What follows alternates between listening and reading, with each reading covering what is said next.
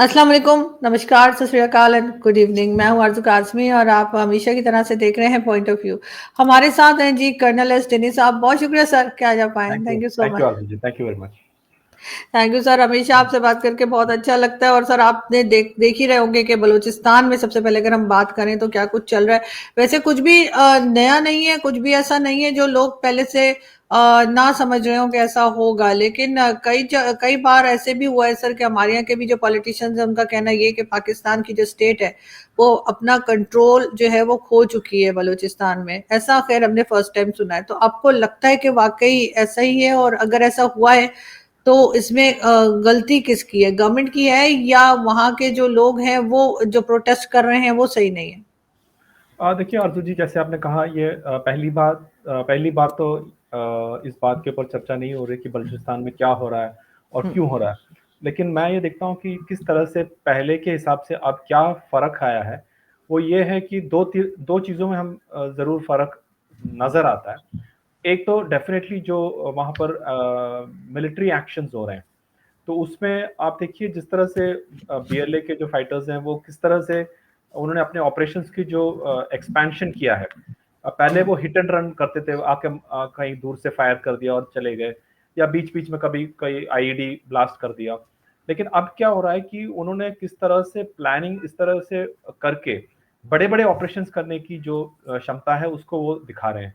और साथ ही जिस तरह से कभी एम्बुश, अभी लेटेस्ट जैसे वो पाकिस्तान फौज के जो कॉन्वे पे अटैक हुआ था, वो अटैक सिर्फ एक आईईडी अटैक नहीं था। आईईडी अटैक के बाद उसके ऊपर रेड भी किए गए उन्होंने। उनको उनके ऊपर एक प्रॉपर जैसे मिलिट्री ऑपरेशन होता है उस तरह से भी ऑपरेशन किए।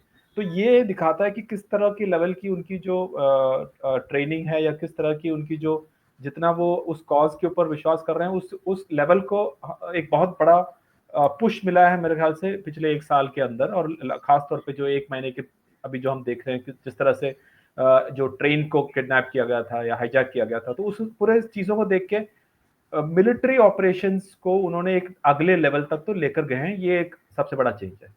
और दूसरी चीज, उन्होंने किस किस को टारगेट किया ये भी अगर आप देखें, इन्होंने क्या किया है, जो पंजाब और जो बलूचिस्तान का जो बॉर्डर है उस तरफ पे भी लोग ऑपरेशंस करना शुरू कर दिया है।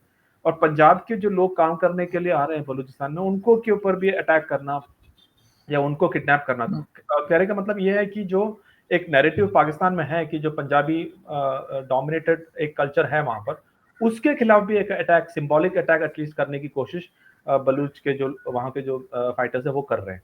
और तीसरी चीज जो आपने जिसकी जिक्र भी की थी, किस तरह से जो प्रोटेस्ट है, पहले क्या होता था, ये प्रोटेस्ट सिर्फ या प्रोटेस्ट का ये जो इंसर्जेंसी या फाइटर्स है वो अपने गांव के इलाकों में होता था। लेकिन अब ऑपरेशन जो है शहर की तरफ भी बढ़ रहे हैं। हम देख रहे हैं कि काफी सारे ऑपरेशन शहर की तरफ भी हो रहे हैं। और शहर में जिस तरह से एक एक मूवमेंट सा बन रहा है, और पहले भी ऐसा नहीं कि पहले मूवमेंट नहीं था। पहले भी बलूच के जो काफी सारे लीडर्स थे, कईयों को तो किडनैप करके वो गायब हो गए, उसके खिलाफ भी काफी सारे प्रोटेस्ट थे। कई लोगों को अरेस्ट करके जेल में रखा हुआ है। तो इस तरह से एक मास मूवमेंट अब जो है वो वहां पर पिकअप हो रहा है। तो एक तरफ जो फाइटर्स है वो अपना एक्शन कर रहे हैं, और दूसरी तरफ ग्राउंड में जो आम जो एक नॉर्मल सिटीजन है वो भी इसके तरफ आ रहा है। और उनका आने, ये जो कॉमन मैन है वो इसलिए भी आ रहा है, दो चीजें। एक तो है कॉज है, कोई जरूर हमें पता है कि किस तरह से बलूचिस्तान को कितने सालों से एक पिछड़ा क्षेत्र की तरह रखा हुआ है। किस तरह से वहां पर सीपक के आने से ग्वादर पोर्ट में क्या हो रहा है, चाइनीज का इन्फ्लुएंस क्या है, किस तरह से वहां पर डेवलपमेंट कुछ नहीं आया। तो ये सब चीजें सालों से चला आ रहा है। लेकिन उसके साथ में क्योंकि ये फाइटर्स ने इस तरह से एक खौफ पैदा कर दिया है, तो उसके वजह से फियर फैक्टर होता है, उसकी वजह से भी लोग जो है इस मूवमेंट के साथ में आने का, एक जो जो न्यूट्रल है या चाहे चाहे वो इस सब चीजों में आना नहीं चाहते हैं, उनकी भी एक हिम्मत बढ़ गई है कि अब हम इनके साथ में आ सकते हैं। तो मेरे ख्याल से एक क्रिटिकल टिपिंग पॉइंट की तरफ मैं कहूंगा कि बढ़ रहा है धीरे धीरे करके वहां पर। और हो सकता है एक आने वाले दिनों में और ज्यादा इसका जो पेस है वो और बढ़ेगा। इसीलिए मुझे लग रहा है कि जो पाकिस्तान के जो पॉलिटिशियंस हैं उनको चिंता हो रही है कि बलूचिस्तान में जो हो रहा है उसको रोकना चाहिए।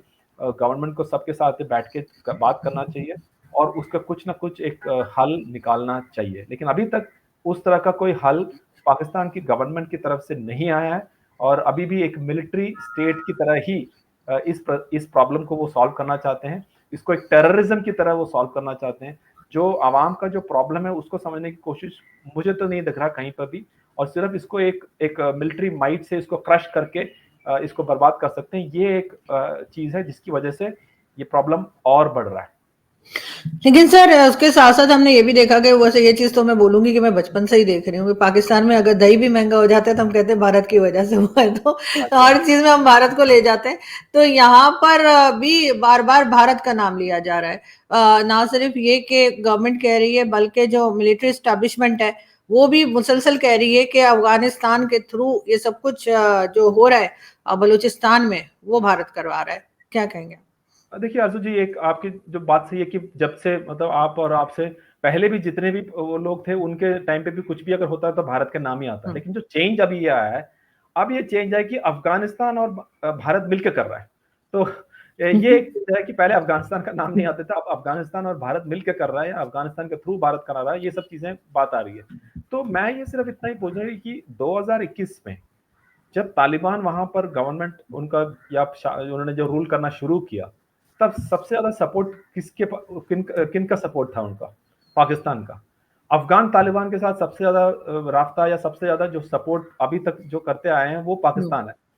अब मैं देख रहा हूं कि पाकिस्तान जो है वो अफगान तालिबान को भी पूरे इंटरनेशनल फोरम में इस तरह से वो पेश करते हैं कि कई कि उनको एक वो एक टेरर की तरह ही उनको भी ट्रीट करना शुरू कर दिया। सबसे ज्यादा अब जो क्रॉस बॉर्डर अटैक्स अगर पाकिस्तान ने किए हैं, किस पे किए हैं? अफगानिस्तान के ऊपर किए हैं। तो किस जितने ज्यादा बॉर्डर प्रॉब्लम्स आ रहे हैं इंडिया के साथ में तो खैर सालों से चला आ रहा है, लेकिन अब अगर आप कंपेयर करो तो सबसे ज्यादा प्रॉब्लम बॉर्डर प्रॉब्लम्स कहाँ आ रहे हैं? अफगानिस्तान के साथ में। तो जब अफगानिस्तान के साथ में इतना प्रॉब्लम्स है, अब उनको पता है पाकिस्तान के एस्टेब्लिशन को कि अफगान तालिबान जिस तरह से उन्होंने सोचा था उनकी बात नहीं मान रहे। उन्होंने सोचा था कि अफगान तालिबान इनके हर चीज पे बिल्कुल एक पपट की तरह रहेंगे। ये जो वो बोलेंगे, डीजीआईएसआई साहब ने जैसे वो चाय पी के बोला था एवरीथिंग इज अंडर कंट्रोल, जब वो गए थे वहां पर, तो उन्होंने सोचा था कि जैसे ये बात करेंगे जिस तरह से वो चाहेंगे उस तरह से अफगान तालिबान करेंगे। लेकिन अनफॉर्चुनेटली फॉर पाकिस्तान जिस तरह से उनका ये जो एनालिस्ट था वो कंप्लीटली गलत हो गया है, और अफगान तालिबान ने अपना इंडिपेंडेंट एक रास्ता लिया है, और उस रास्ते में उन्होंने कहा है कि भाई टीटीपी को तो हम कंट्रोल नहीं करेंगे। और सबको पता है कि टीटीपी अफगानिस्तान के अंदर अंदर है, अफगानिस्तान में शेल्टर मिलता है, आइडियोलॉजिकल सपोर्ट मिलता है, बाकी सब कुछ सपोर्ट उनको मिलता है, इसमें कोई दो राय नहीं है।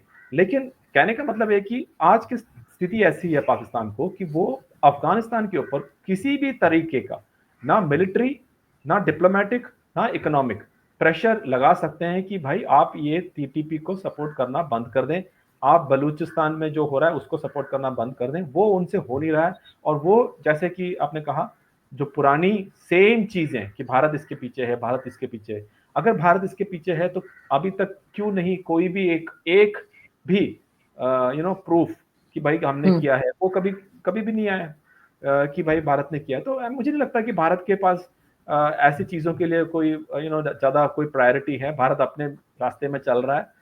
भारत का अपना एक इकोनॉमिक डेवलपमेंट के ऊपर कंप्लीट फोकस है। इसीलिए मैं नहीं चाहता कि वो दे विल गेट डिस्ट्रैक्टेड और the government will get distracted with such things, मुझे लगता नहीं है। तो कहने का मतलब है कि पाकिस्तान खुद के अपने अंदर देखें पहले, और उसके बाद उसका हल ढूंढना करें, क्योंकि पाकिस्तान के जो लोग हैं, आवाम है, उसका हल करना पाकिस्तान गवर्नमेंट और पाकिस्तान एस्टैब्लिशमेंट का काम है। उसके बाहर के लोगों को ब्लेम करके तो कोई हल नहीं निकलेगा उसमें। सर आपको क्या लगता है पाकिस्तान जो है वो अंदर से बहुत क्या वीक हो गया है, चाहे इकोनॉमी को लेकर या इसी तरह की चीजों को लेकर, जिसकी वजह से हम देखते हैं कि टीटीपी भी कंट्रोल में नहीं आ रही, टीटीपी के अटैक्स भी बढ़ते जा रहे हैं। वैसे अफगानिस्तान, यहाँ से कुछ ऑफिशियल्स गए थे अफगानिस्तान में बात करने, लेकिन तालिबान वैसे तो हाँ कर देते हैं लेकिन बाद में वो यही कहते हैं जी आप जाने और टीटीपी जाने। तो टीटीपी भी कंट्रोल में नहीं आ रही है, वहां पे भी एक प्रोविंस पूरा जो है आप समझें कि वो इफेक्टेड है। इसी तरीके से बलूचिस्तान में भी जो चीजें जो है वो बढ़ती जा रही हैं, कम होती हुई दिखाई नहीं दे रही। तो कहीं से पाकिस्तान की स्टेट आपको लगता है कि वीक हो गई है जो इस किस्म की चीजें हो रही हैं? और मौलाना फजलुर रहमान ने तो कहा था कि 6 से 7 डिस्ट्रिक्ट ऐसी हैं बलूचिस्तान में जहां पे कि अगर वो यूएन में चले जाएं तो उनको मतलब अलग भी किया जा सकता है। एब्सोल्युटली कोई शक नहीं उसमें, और मैं तो बोलता हूँ कि 6 से 7 नहीं, उससे ज्यादा है। कई जगह पर थोड़ा सा, जैसे मैंने बोला, टिपिंग पॉइंट पे आ गए हैं कि थोड़ा सा और वो पुश करेंगे तो कुछ भी हो सकता है, उस सिस्टम पे चल रहा है।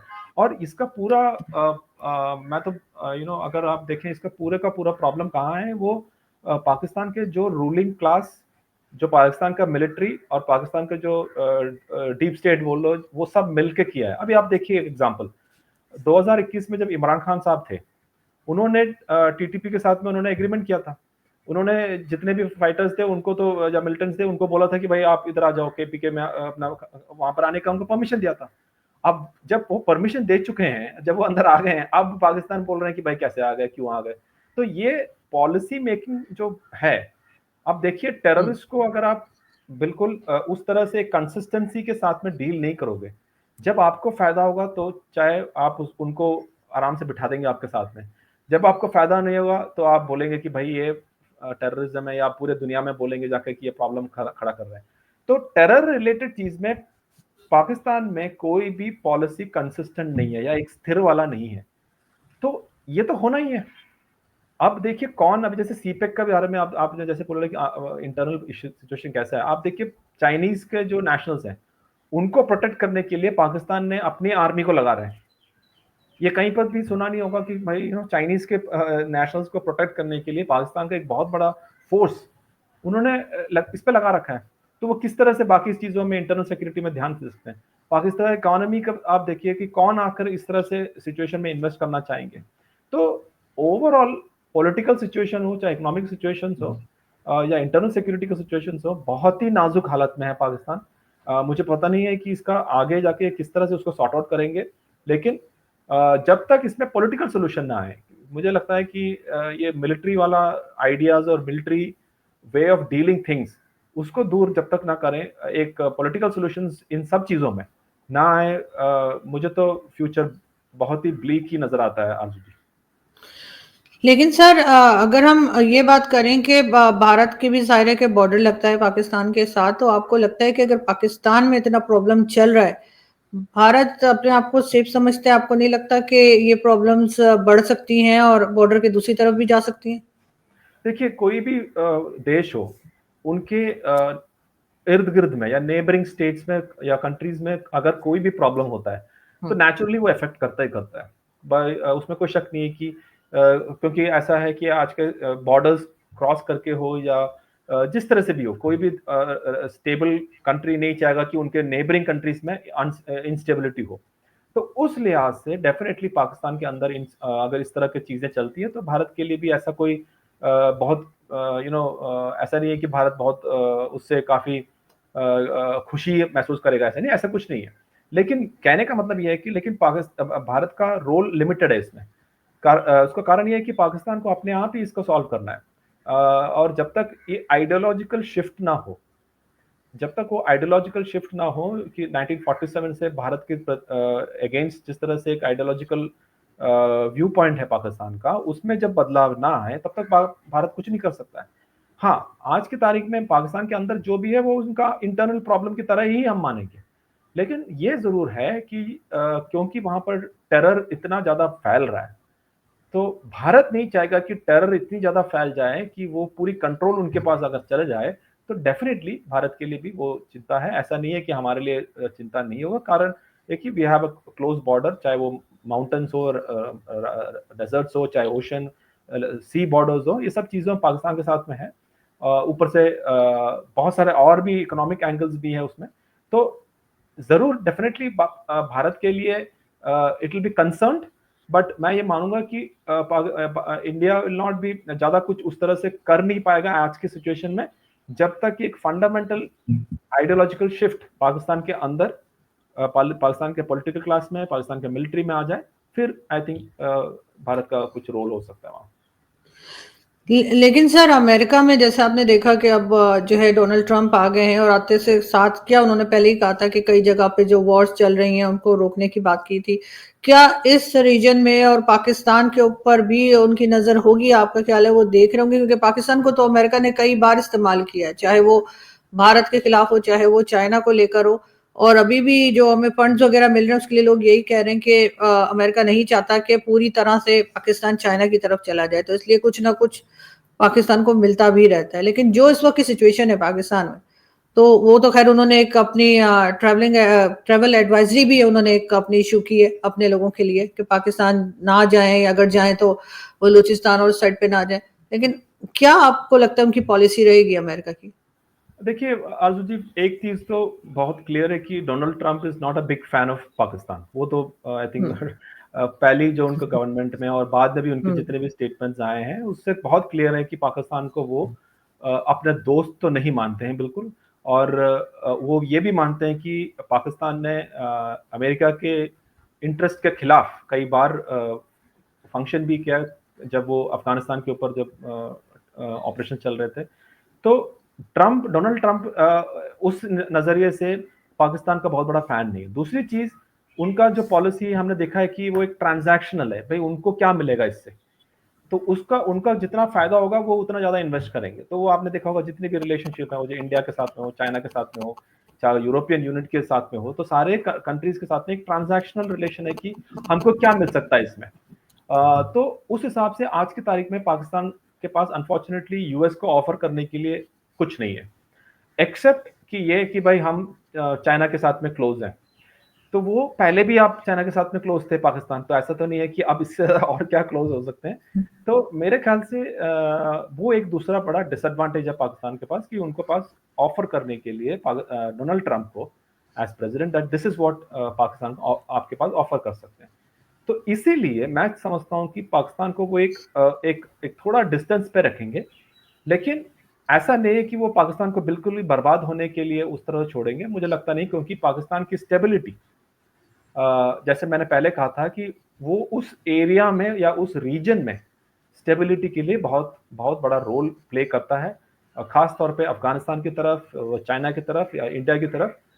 तो पाकिस्तान का एक स्टेबिलिटी की उस लिहाज से वो उस तरह से वो डील करेंगे कि इनका स्टेबिलिटी बने रहे, लेकिन कोई ज्यादा आउट ऑफ द वर्ल्ड या जैसे कहते हैं ना बहुत बड़ा ऑफर या बहुत बड़ा पैकेज, ऐसा मैं नहीं मानता कि डोनाल्ड ट्रंप की तरफ से आएगा। और सर चाइना को, अगर लास्ट में हम चाइना को डिस्कस करें, सर चाइना आपको क्या लग रहा है? चाइना की तो अब भारत से भी जो है वो बातचीत शुरू हो गई है, तो पाकिस्तान की जरूरत क्या कम रह जाएगी चाइना को? नहीं, चाइना को हमेशा पाकिस्तान की जरूरत पड़ेगी। वो क्योंकि चाइना जिस तरह से उनके माइंडसेट है या जिस तरह से वो अपने जो इन्फ्लुएंस है, जो अपना जो उसको पूरे विश्व में जब लेकर जाते हैं, तो उनको ऐसे स्टेट्स चाहिए जो उनके सपोर्ट में और उनका जो काम है वो और आगे बढ़ाने की। तो पाकिस्तान वो एक ऐसा देश है जो जैसा चाइना कहता है वो पूरा करने के लिए तैयार है। एक, बिकॉज भारत का वो रोल है, भारत के खिलाफ भी वो उसमें काम आता है। दूसरी चीज, जो इकोनॉमिक सपोर्ट चाइना देती है, मेरे ख्याल से उसकी वजह से भी पाकिस्तान ये इस चीज को बिल्कुल करना ही पड़ेगा वाला हिसाब है। तो ये दो कारण भारत के खिलाफ कुछ ना कुछ कर सकते हैं, और दूसरी चीज जो इकोनॉमिक सपोर्ट चाइना देती है, तो उसकी वजह से जो कुछ चाइना बोलते हैं तो उनको करना पड़ेगा।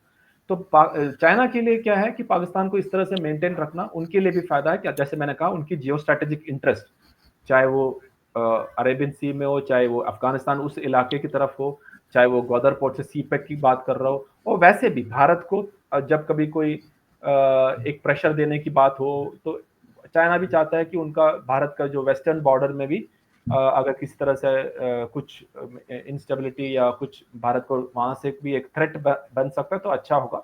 तो इन द लॉन्ग टर्म मेरे ख्याल से चाइना और पाकिस्तान का रिलेशनशिप हमेशा ऐसे ही मेंटेन रहेगा जब तक कि चाइना की खुद के इंटरेस्ट पे कोई नुकसान ना हो। और मैं नहीं समझता कि आज की तारीख में पाकिस्तान में ऐसा कोई है जो कि चाइनीज के इंटरेस्ट के खिलाफ जाए। डेफिनेटली आम पब्लिक में जरूर नेगेटिव ओपिनियंस होंगे चाइनीज के बारे में या चाइनीज के जो लोगों के बारे में या वहां पे जो रिसोर्सेज लेके जा रहे हैं, लेकिन जो गवर्नमेंट और जो मिलिट्री है उनके खिलाफ मुझे लगता नहीं है कि उनके अंदर चाइना के खिलाफ कोई ऐसे नेगेटिव ओपिनियन है। बिल्कुल ऐसा ही है सर, लेकिन आई होप कि जो यहाँ पे पॉलिसी मेकर्स हैं वो अपनी पॉलिसीज को दोबारा से रिविजिट करें और उसको कुछ ठीक करें, इसलिए कि इस वक्त जो पाकिस्तान के अंदर इस वक्त जो सिचुएशन है वो काफी जो है वो खराब है और लोग जो है उससे बहुत ज्यादा परेशान हो रहे हैं। थैंक यू सो मच कि आपने आज ज्वाइन किया। Thank you. Thank you Arjun ji, thank you very much. Thank you sir.